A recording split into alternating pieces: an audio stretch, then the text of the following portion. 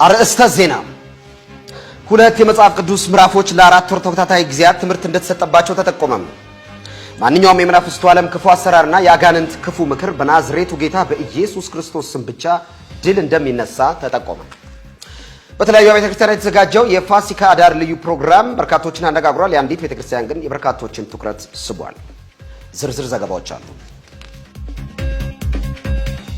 ላለፉት አራት ወራት ተከታታይ ለሁለት ምዕራፎች ላይ ብቻ የቆየው የዕብራውያን ተከታታይ ትምህርት ደብዳቤ ምዕራፍ 3 ከቁጥር 1 ጀምሮ ነገ ሮብ ከ10 ሰዓት ተኩል በኤቨርላስቲንግ ክራይስት ሪቬሌሽን ቤተክርስቲያን እንደሚሰጥ ተጠቆመ።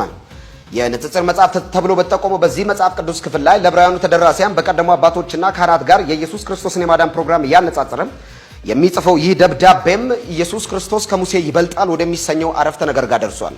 ጌታ ኢየሱስ ክርስቶስ በማዳኑ ወደር የማይገኝለት ብቸኛና የላቀ ሆኖ እንደተገኘም የዕብራውያን ደብዳቤ አስረግጦ በወቅቱ ለነበሩ ተደራሲያን ይናገራል።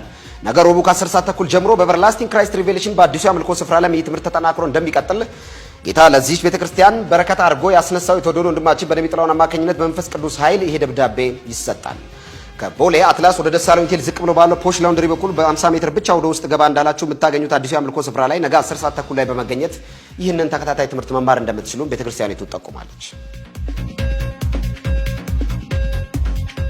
ማንኛውም የመናፍስቱ አሰራር ክፉ ምክርና የአጋንንት የጨለማ አሰራር በናዝሬቱ ጌታ በኢየሱስ ክርስቶስ ስም ብቻ ድል እንደሚነሳ ተጠቆመ። የትኛውም የመናፍስቱ ዓለም ክፉ ምክርና አጋንንት ከኢየሱስ ስም ውጪ የሚፈራውና የሚንቀጠቀጥለት እንደሌለም ተጠቅሟል። ለተከታታይ ረጅም ዘመናት የቆየው መጽሐፍ ቅዱስ ትምህርትን ዋቢ ያደረገው ይህ እውነት አጋንንት ከኢየሱስ ስም ውጪ እንደማይፈራ እየተጠቆመና እየተነገረ የሚገኘው ተጨማሪ የቪዲዮ መረጃዎች አሉ። በኢየሱስ ክርስቶስ ስም ስትል ስሙ ብቻውን እኮ ኃይል አለው። ኢየሱስ ደግሞ ስሙን ስትጠራ አጠገብን ያለው አቤት ይላል። ውጣ ስትለው ሰይጣኑን ጌታ ኢየሱስ ቆሞ ያየዋል። ውጣ ነው ያለ።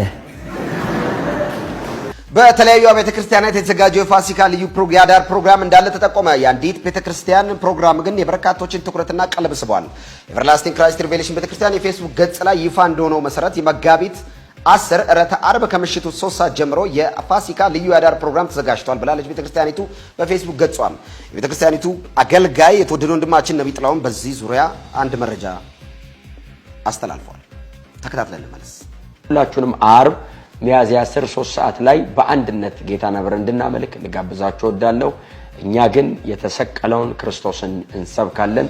ጸጋና ሰላም ከእናንተ ጋር ይሁን። ዜናዎቻችን ከማጠናቀቃችን በፊት አበይት ነጥቦችን በቅድሚያ የምናስታውሳችሁ ሁለት የመጽሐፍ ቅዱስ ምዕራፍ ብቻ ላለፉት 4 ወራት በአንዲት ቤተክርስቲያን ተከታታይ ትምህርት ሆኖ እንደተሰጠ ተጠቆመ። ማንኛውም የመናፍስቱ ዓለም ክፉ ምክርና የአጋንንት አሰራር በናዝሬቱ ጌታ በኢየሱስ ክርስቶስ ስም ብቻ ድል እንደሚነሳ ተጠቆመ። በተለያዩ ወንጌላውያን አማኞች ቤተክርስቲያናት ውስጥ በሚገኙ ቤተክርስቲያኖች የፋሲካ በዓል የአዳር ፕሮግራም ተዘጋጅቷል። የአንዲት ቤተክርስቲያን የፋሲካ የአዳር ፕሮግራም ግን የበርካቶችን ቀልብ ስቧል። ለተጠናከረው ዘገባ ከዜናዎቹ ጋር እንዳልካቸው ዘነበ ነበርኩኝ ከመላ ስቱዲዮ ባለሙያዎች ጋር። ጤና ይስጥልኝ። በመላ ለምትገኙ ክርስቲያኖች ከጌታ ጸጋና ሰላም ይብዛላችሁ። ከወዲሁ እንኳን ለትንሣኤ በዓል መታሰቢያ ቀን በሰላም አደረሳችሁ።